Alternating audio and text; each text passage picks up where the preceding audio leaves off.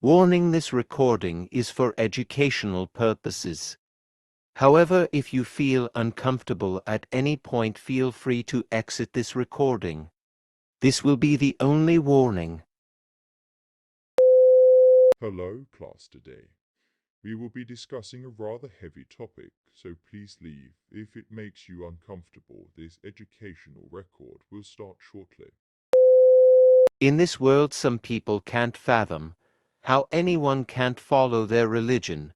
This often leads to ones in power forcing their beliefs onto others.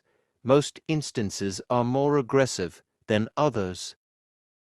To catch everyone up to speed, forced conversion is making someone change their beliefs and values to fit either yours or others' standards. This is an unfortunate practice, still done today, and is a large issue among people where someone with authority will force them change to fit a standard, sometimes with more forceful methods. Tape update: this will also partially be covering a separate but similar topic, as very often young women and girls are targets for this. In many places men and boys are not excluded. However, this covers forced marriage along with conversion, as when arranged marriage takes place between two cultures depending on the beliefs of each partner. Often than not, one will switch to the other's religion. Sometimes this is not a willing choice and would be forced.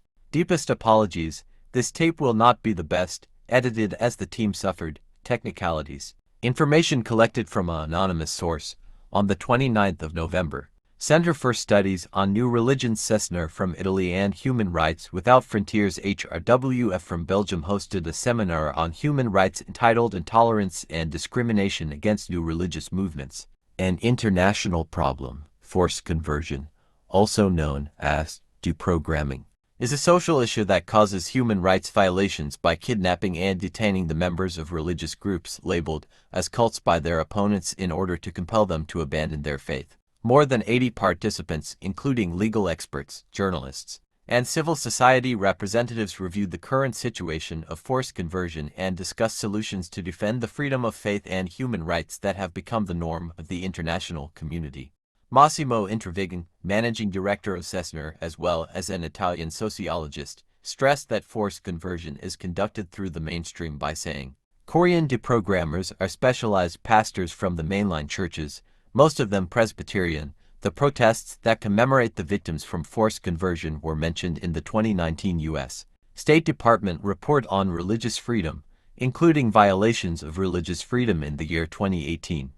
However, there were new cases of deprogramming even after their death, he criticized. Regarding the multi-dimensional strategy to solve such phenomenon, Willie Fodder, founder and director of HRWF, stated several suggestions, pointing at the responsibility of the leadership of the Presbyterian Church, which tolerates, endorses, and maybe encourages such a practice. Developing advocacy at the UN and in organs defending freedom of religion or belief.